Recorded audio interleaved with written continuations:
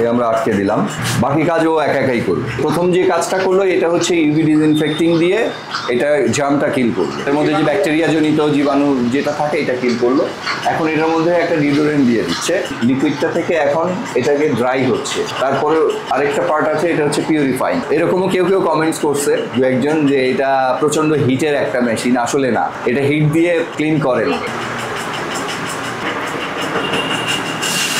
এটা সুন্দর একটা হালকা স্মেল দিবে, পুরোটাই হচ্ছে শুকনো, কোনো ভেজা অংশ। আমি একজন ইন্টেরিয়ার ডিজাইনার বাই প্রফেশন। আমাদের ইন্টেরিয়ারের মেটেরিয়ালের খোঁজে মাঝে মাঝে যাওয়া হয় দেশের বাইরে, ওইখানেই আমরা এই মেশিনটার খোঁজ পাই। তো যখন আপনার এটা সামনে পড়লো তখন মনে হলো যে এটাকে একটু দেখি। তো তখন তারা দেখাইলো 3 থেকে 4 মিনিটে এটা হেলমেটটা ক্লিন করে। তো তারা আমাকে হেলমেটটা ক্লিন করেও দেখায় যে কিভাবে এটা কাজ করতেছে। তো এটা করার পরে আমার মনে হলো যে এইটা নিয়ে কাজ করা যায় কিনা। তো তারপর আমি সাথে সাথে এই ডিসিশনটা নেই নাই। তো আমি এটা নিয়ে প্রায় 6 থেকে 8 মাস আমি এটা নিয়ে একটু খোঁজ খবর নেওয়া, কি কাজ করে, এটার কোনো ক্ষতিকর দিক আছে কিনা, বা এটা নিয়ে বাংলাদেশে ব্যবসা শুরু করলে কোনো ভালো কিছু হবে কিনা, নাকি লুজার হব, এই নানা বিষয়গুলো কাজ করছে।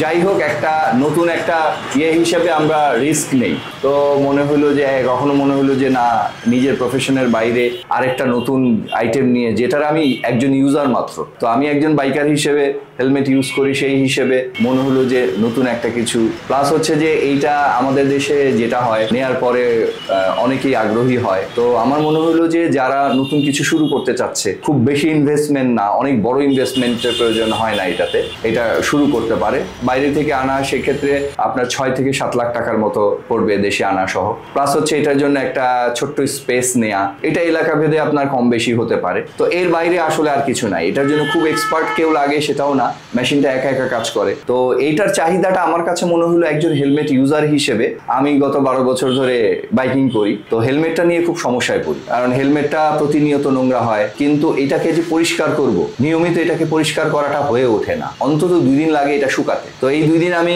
কি মাথায় দিয়ে চলবো?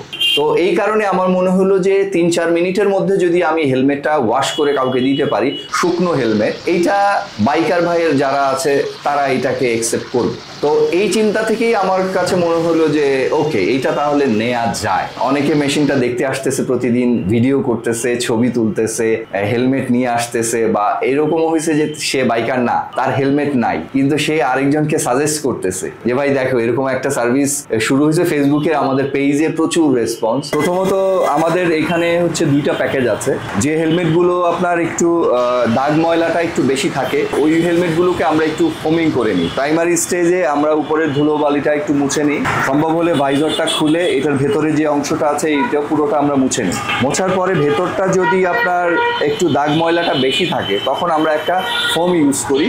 ফোমটা দিয়ে আমরা কিছুক্ষণ রেখে দিই, কয়েক মিনিট, তারপরে এই আলগা যে ময়লাটা থাকে এই ময়লাটাকে আমরা তুলে ফেলি। সেকেন্ড পার্ট হচ্ছে মেশিন পার্ট। প্রতিদিন ব্যবহারের ফলে এটার মধ্যে আমাদের ঘাম হয়, ঘাম থেকে দুর্গন্ধ হয়, বিভিন্ন স্কিনের সমস্যা তৈরি করতে পারে। এই কাজটা করে হচ্ছে আমাদের মেশিন খুব ভালোভাবে। আমরা এটাকে সরাসরি আমরা মেশিনে দিয়ে দিই।